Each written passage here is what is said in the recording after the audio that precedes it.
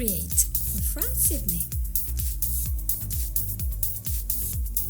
Hello everyone and welcome to the show. This is from Sydney and this is Create with France and we are on episode 165.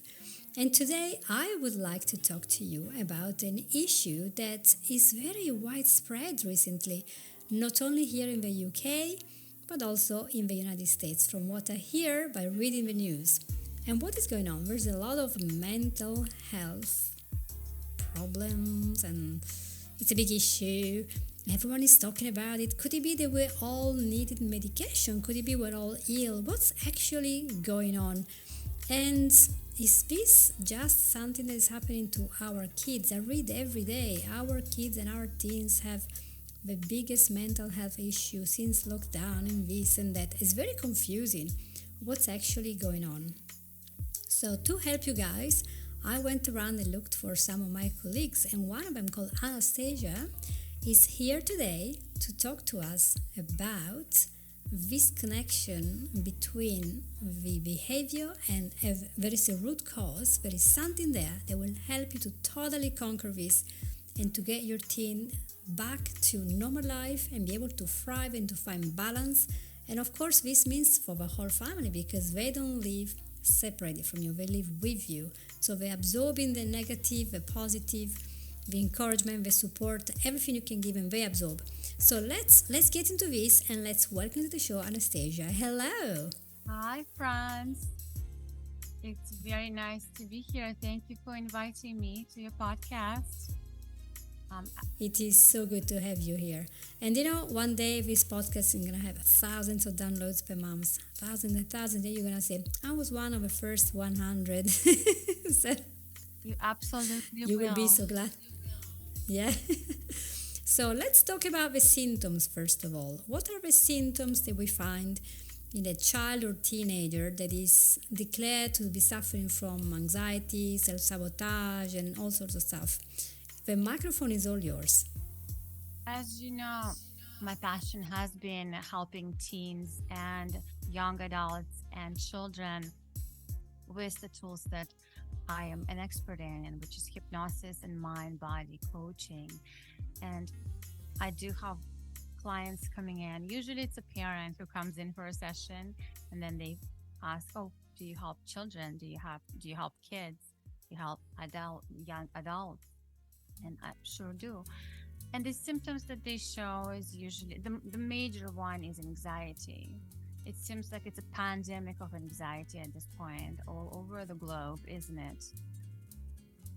And the way it shows up is in low self-esteem, in lack of confidence. It has body symptoms as well. So even eczema is an anxiety-inducing mind and skin connection, emotional connection. So another way it shows up is in kids being bullied. And how does it show up is kids are not only being bullied, but they're becoming bullies themselves. So it's really the lack of emotional intelligence, or not even lack of, but not knowing, not having the tools to help our children to manage the stress levels that they're experiencing right now. Yes, and this can be quite a treacherous situation, especially in today's world when people have maybe the sensation that they're not feeling good, but they can't really put it into words. And they look for something that is soothing and calming. They might end up spending all their time on social media.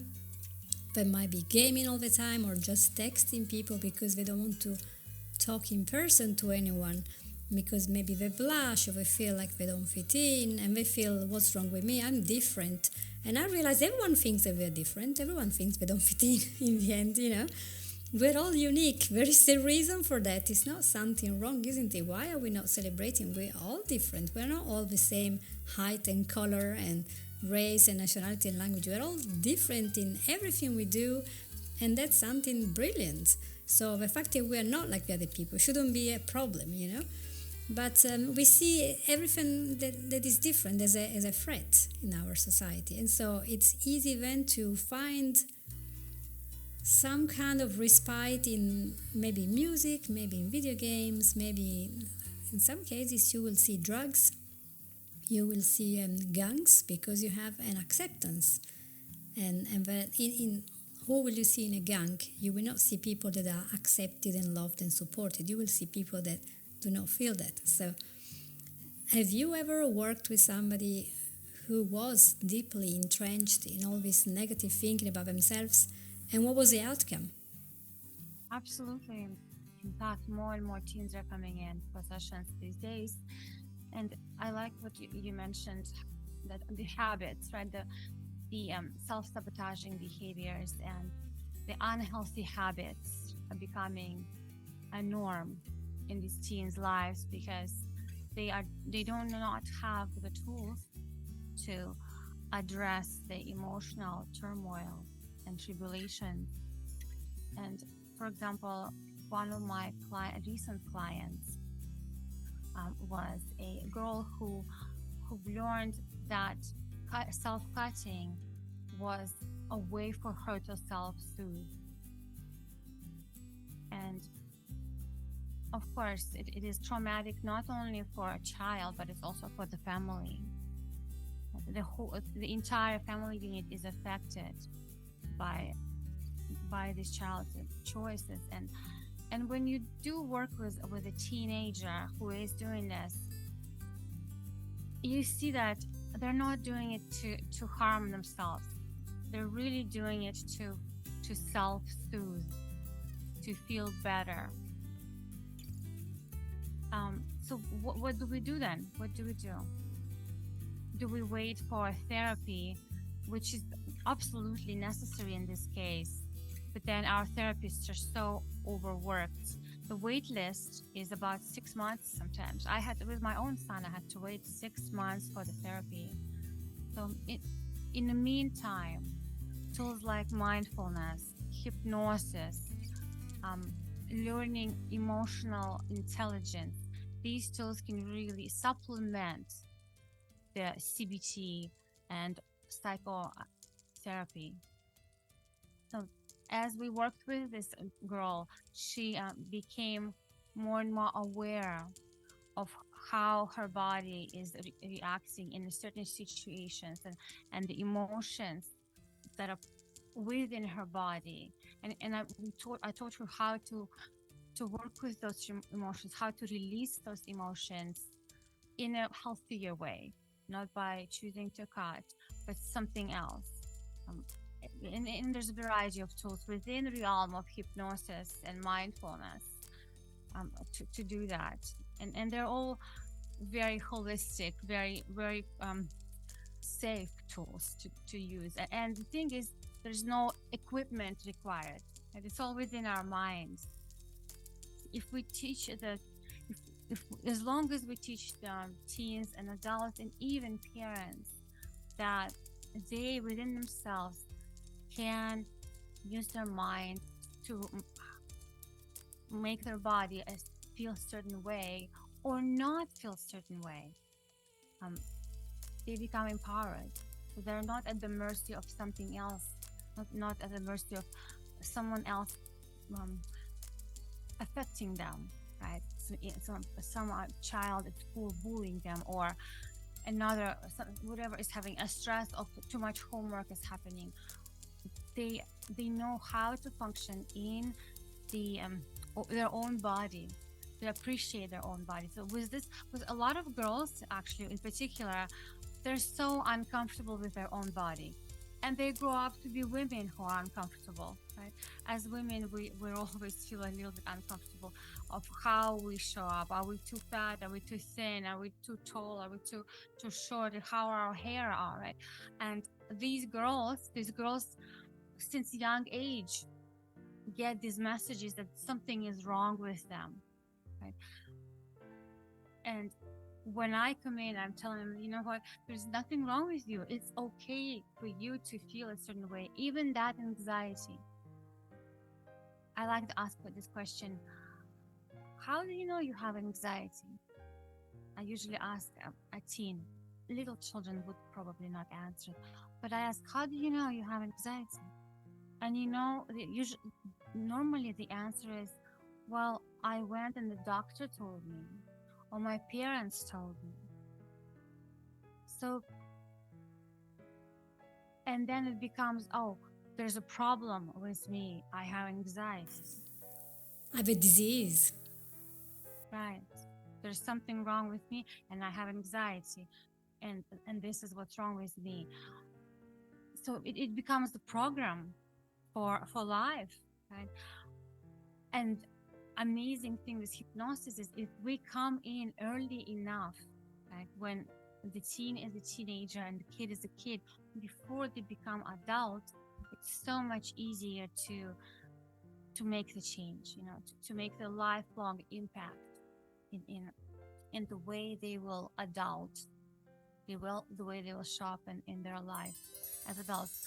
And why it's so much easier when they're teens and kids is because they didn't have this lifelong 40, 50 years of programming of how change is difficult, how they are a certain way and then there's no way they can change. Teens and kids do not have that yet.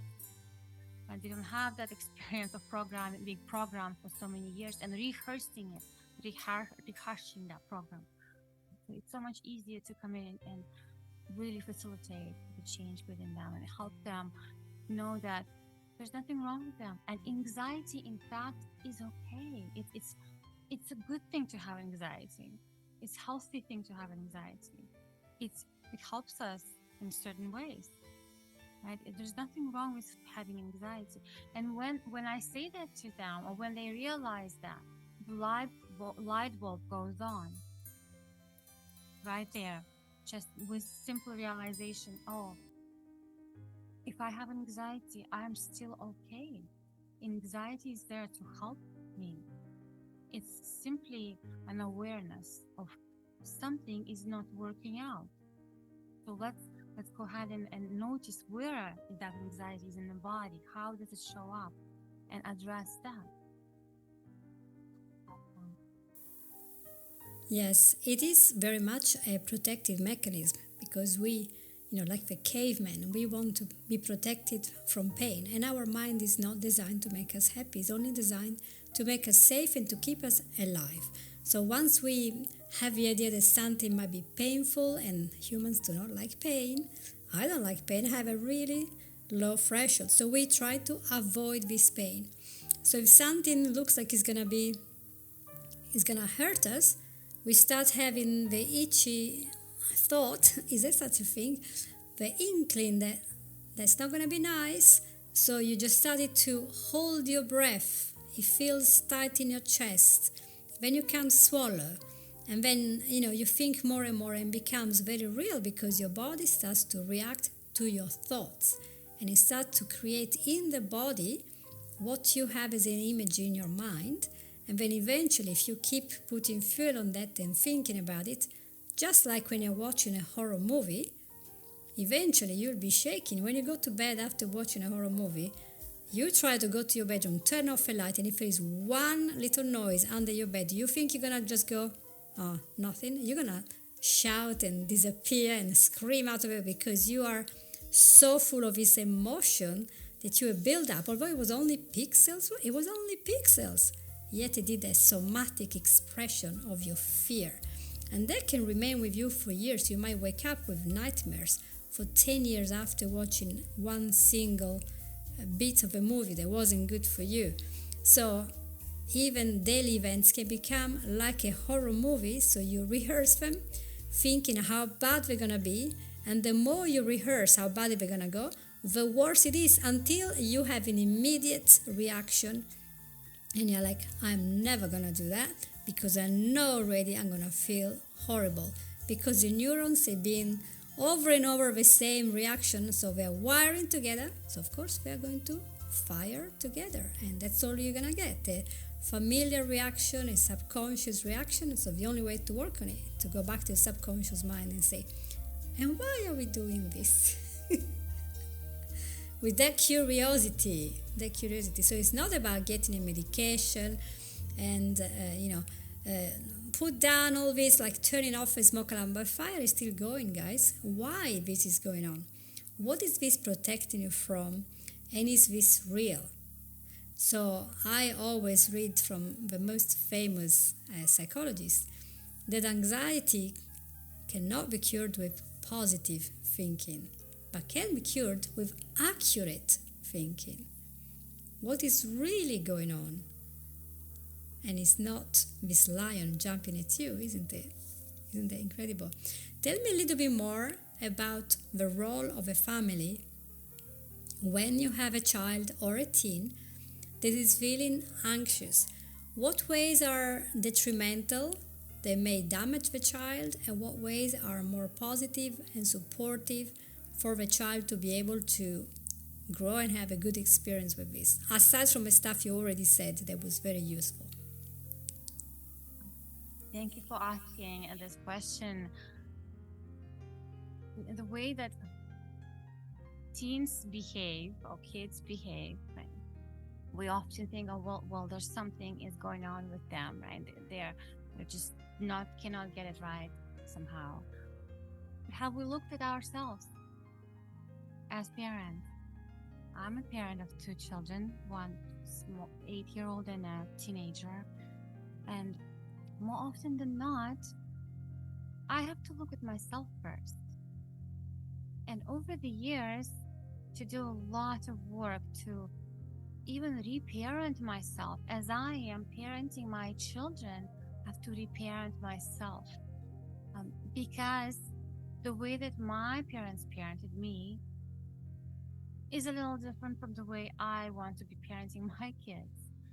And this is when we talk about generational trauma, right? There's certain habits of the family, they go from generation to generation and so on. If we want our kids and teens to feel better, to make right choices, it is vital, absolutely crucial to take a look at how are we feeling on a daily basis as parents. What example are we setting of what it's like to be an adult? So I believe when it comes to helping teens, it's very important, it's critical actually, to look at the whole system as a family unit. And when I have teens coming in for sessions, I always suggest for parents to also come for their own, at least stress reduction session. So emotional regulation of us as adults and teenagers' lives is imperative to the teens and kids' well-being. And there's even such thing as observer effects. I don't know if you've heard of something like this. There's studies have been done that show that the way we look at something, the way we look or think of someone, that's the way that person is going to show up for us. Not for us, but in their own life. And this, it is becomes self-fulfilling prophecy. So what if we were to change how we think about our children? The way that when we see them, instead of saying, oh, Johnny just cannot bake that cake properly, oh gosh, he's making such a mess everywhere. What if we start thinking, oh, he's such a good cook? What if we just decided to channel that energy into our child, towards our child? How would that affect? What positive effect would that have in their life? I always suggest something that I do with both of my children, and that is when your children go to sleep, if you can, as they're falling asleep, whisper to their ear something positive.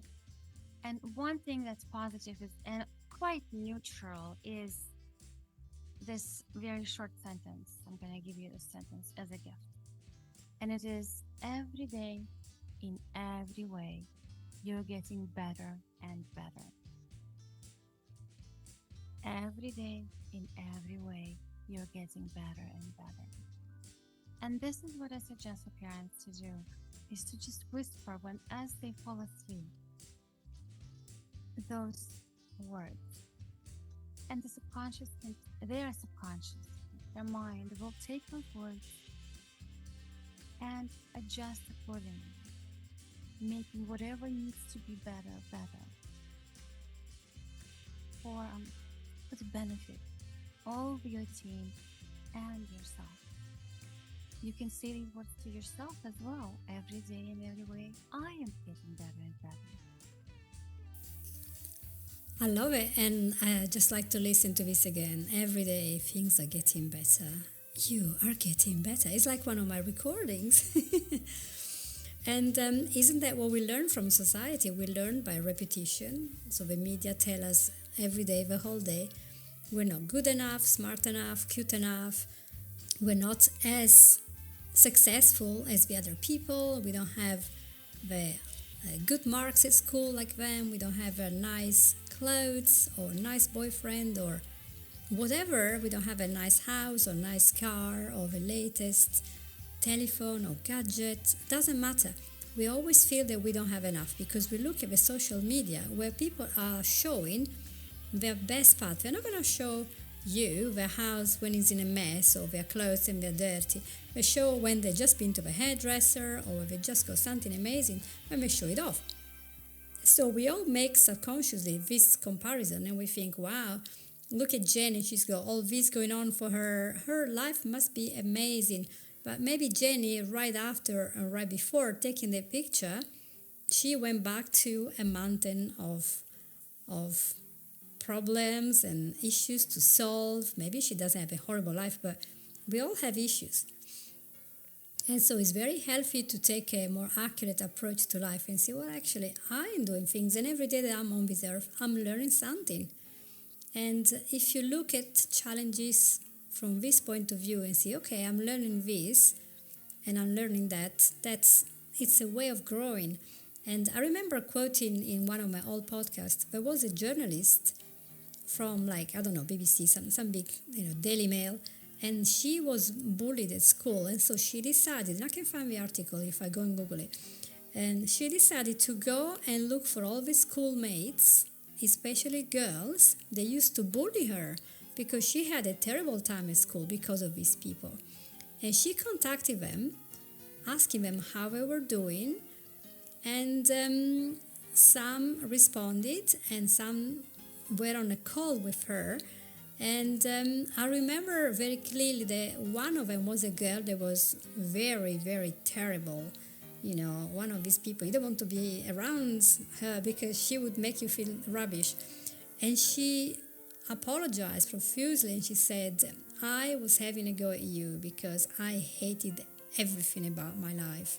Because at home I was having so many problems and so I was attacking you. I'm so sorry. I had this problem with my stepmom and this and that. It was just a litany of problems. And so when you look at that, you think, wow, if you look at all the bullies, I'm not saying you should go to the bullies and say, I'm not going to be your best friend, but understanding they are going through a lot. They're not unleashing at you for a reason other than they have a problem. Because if you were a really happy person, in a happy family, with a happy situation, you have nothing missing, and you're established and you're emotionally connected, why on earth would you feel like, I'm just going to go and bully that guy who is different? You wouldn't even think about it. But if you're unhappy and you need to release the anger, unhappiness, and frustration, then you will just kick anyone because you can't do that at home. So isn't that another experience and understanding that as a child you don't understand that? So it's the parent that has to see, okay, what's going on here and how can I help the child? So the words that we say to our children are important and how we treat them is important.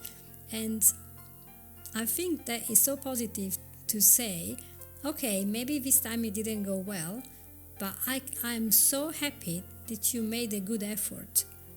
I'm so happy that you studied hard for this, although you didn't get maybe the same mark in the top of the class. but you worked hard. And please, parents, do not use the word try because try means there's a possibility of failing. So don't even use try. Say, can we just experience this? Can we go and spend some time doing that instead of try to see if you can go out for at least 10 minutes. Now, try means you're going to fail. There is a high possibility of failing. If I say the word try, I'm doing this to make you fail on purpose. Like if I were a person full of big muscles, like David and Goliath, I come there and say, try to come on me and try to put me down. I'm daring you. And you wouldn't because I'm like, But I'm just telling you because I want you to fail, because I'm just saying try. So a parent talking to the child, and here it is speaking to everyone. I am not the perfect parent, but I'm learning, right? And we make mistakes. It's important to know that these children need our support, need to know we trust they will make the best choice eventually with our guidance. So what would be, to close this episode, because we are now 30 minutes, so we have to pretty much close it.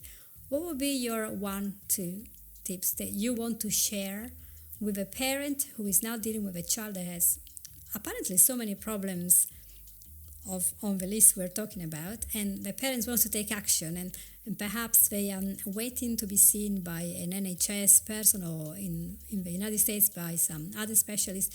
Maybe there is no need for a specialist. Sometimes there is just the need to see just your child and have a one-to-one chat. But what would you advise first? I don't want to give this advice myself. Off you go. Absolutely. Number one, my biggest advice would be is respect your children. Remember that they are humans just like you. Treat them with kindness. And I know these are basic things, but often we do not treat our children the way that we would treat them if there was another adult present. If there was a quote also that I live by, and I might paraphrase it a little bit, but essentially what the meaning is that act and be the parent your children as somebody else is watching. For example, if somebody was watching, if an authority figure was watching, would you be parenting better, softer way, not nicer? Would you be nicer to your children if someone else is watching, right? I think that's a quite profound realization, that to respect kids as humans that have the same rights. Yes, they're smaller, they're younger, but they have the same rights and they could feel a certain way, and it's okay for them to feel the variety, the whole rainbow of emotions. Of course, we've got to teach them how to manage those emotions and maybe how to release them in a healthier way. But not to bash them, not to tell them that they are wrong by feeling those emotions. Reinforcing the positive behaviors, but also reinforcing the humanness in them. Right? That it's okay for them to be the way they are in a certain moment. I can't emphasize enough how important it is for the teens to know that they are okay. No matter what's going on with them, they are okay as in who they are. Maybe there's something going on that needs to be addressed, of course, but the core of them as a human is okay and accepted and lovable. So to wrap this up, I believe that the journey of helping the child and the teenager overcome any anxiety or self-esteem is not like a marathon that we run, but more of a sprint where we support them on their journey, and we also grow as our own we grow in our own emotional intelligence, and we grow as humans and parents while parenting. It's quite a journey. I mean, what what have really made me realize and highlighted everything that I wanted to improve about myself. It's the parenting, right? It's parenting, like nothing else, tests our own character. Yes, I love it. Yeah, and we have to acknowledge that so many parents are loving and supportive, and they're doing all they know that they can do. I mean, very few of these parents that have a troubled child with all these issues, they are neglecting parents or they're terrible parents. No, they are very, very good. And they might have even read books about the psychology of children, etc. It's just that when there is a third person there, this person has a non-biased view and they do not have emotions there. They do not have our emotional luggage, so they can pick up very quickly what's going on and see those patterns that happen, so they can help us quicker to move on and be able to enjoy our relationship better. Even if we are really different from our children, there is always something we can do by accepting that they are who they are. They are a little human, but they have all the rights to grow in a certain direction as long as they're not harming people. I mean, we're not talking here about extreme behavior, etc., which are not the scope of this episode. So we're not talking about people trashing the entire house, etc. That's maybe another day if I have somebody coming to talk about this. But just normal problems that might keep the child stuck at home, thinking that the world is a very dangerous place and he's not going to venture anywhere because he's going to get hurt. And in the end of the day, we do not help if we just keep the child home. The child needs to see other children, see adults, see people of all ages, and especially older people as well, much older people, old people, grandparents, things like that. We need to understand society isn't just one age. So just mixing up with people your age is not very good. You have to understand how to operate within a wider society, because when you go to work, you're going to be with people of all ages. Your boss is probably 20 years older, and so you might be employing people who are 20 years younger than you. So you have to understand how to cope with those and to have what I call emotional regulation. So understanding that you're feeling anger and anxiety and things, these are feelings, they're coming in waves, they'll come and they will go. So they're not a permanent feature. Nobody is anxious for the entire day. You will be dead because your cortisol will kill you. So you're anxious in that moment and then it goes away. Your anger in this moment, then it goes away. So all these feelings, once we learn how to deal with them, with the help of courses, education, books, reading, learning, talking to friends, talking to therapists, sending a message maybe to Anastasia and asking her what she thinks about it. These are all things we can do. And I want to close this episode with this, saying thank you so much for being with us. It's been very eye-opening. And I would like us to know where we can find you if we want to ask any questions about children or teenager. Where are you? I am in California, in the United States. I see my local clients in person in local office, or I work worldwide. I have clients in Germany, I have clients in India and Canada. So really, Zoom thankfully opened up our practices to worldwide. And one more thing I wanted to say: if somebody reaches out to me mentioning the Francis podcast, I will give them a discount for their session. So just mention the podcast and that you've heard Franz and I conversing about parenting and teens, and you will be eligible for a discount for a session during the session. So please do reach out. That's great. Thank you so much, Anastasia. It was such a pleasure to have you. And please, everyone, if you enjoy the episode, please share it with somebody else. Leave a nice review on Apple iTunes. That's the main place where you leave a review. and put the 5 stars that you would like, maybe 6 if you can. If there is such a thing. And then let people know about the podcast, because we know we want people to find help in the mental health problem world. We need help as much as we can, and sometimes it's so difficult to actually reach the person you want, but here we just dispense as much as we can. I'm interviewing the best people, the best experts in the world, to ask what can we do now about this, so we can get on and have a great life. So feel free to subscribe, share, like, and do whatever you want to advertise this. And please, I will be putting some links. Visit our website, it's fransydney.com, and then all the links that we will see from Anastasia, which I'm going to put below, all the text describing the podcast with all the hashtags. So make sure you contact us for any questions. Consultations are free, and a session might completely change your life and create the life that you want, which is the name of the podcast.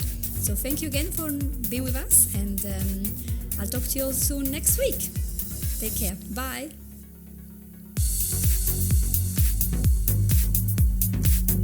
You've listened to Create with Fran Sidney.